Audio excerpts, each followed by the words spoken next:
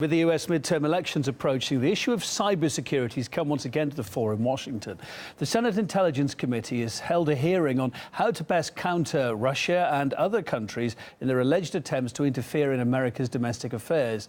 That's all just a day after Facebook took down Facebook and Instagram accounts, which it said aimed to influence voters. Caleb Mopin explains more. Russian information warfare in our own backyard. After Election Day, the Russian government stepped on the gas. The Russians in this case and others see us as a cheap date. The Russian activity seeks to turn the normal differences of opinion among Americans into headlines about unbridgeable political divisions. The Russian government came into the house of the American family and manipulated us. As you might suspect, the story goes on the same way we've heard it many times before. Essentially, Russia is accused of encouraging controversy in the United States around issues like immigration, guns, racism, and all kinds of other things. Cyber attacks remain a core part of Moscow's arsenal. Content is created, tested, and hosted on platforms such as YouTube, Reddit, and Pinterest.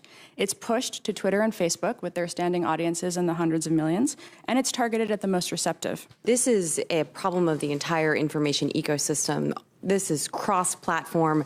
Reddit confirmed hundreds of IRA-created accounts. Tumblr did it. Now, one thing that's lacking in this report, just like in so many other similar reports, is any solid actual evidence.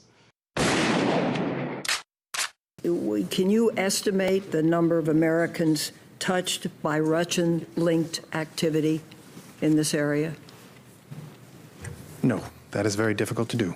And I'm concerned that even after 18 months of study, we are still only scratching the surface when it comes to Russia's information warfare. In their effort to influence the American mind, apparently the Kremlin has one very, very powerful weapon.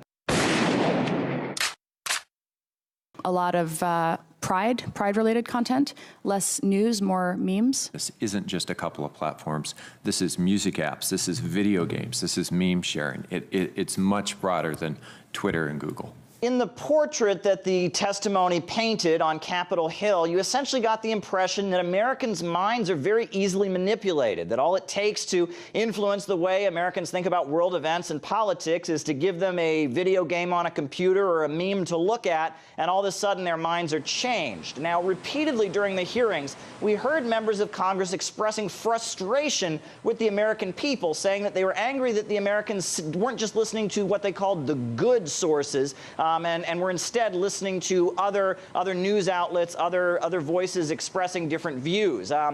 From there, we also heard a call, interestingly, for classes on media literacy to be given in American schools so that Americans can know what news outlets they should be listening to and what news outlets they should not be listening to. There is a need to build resilience in target populations.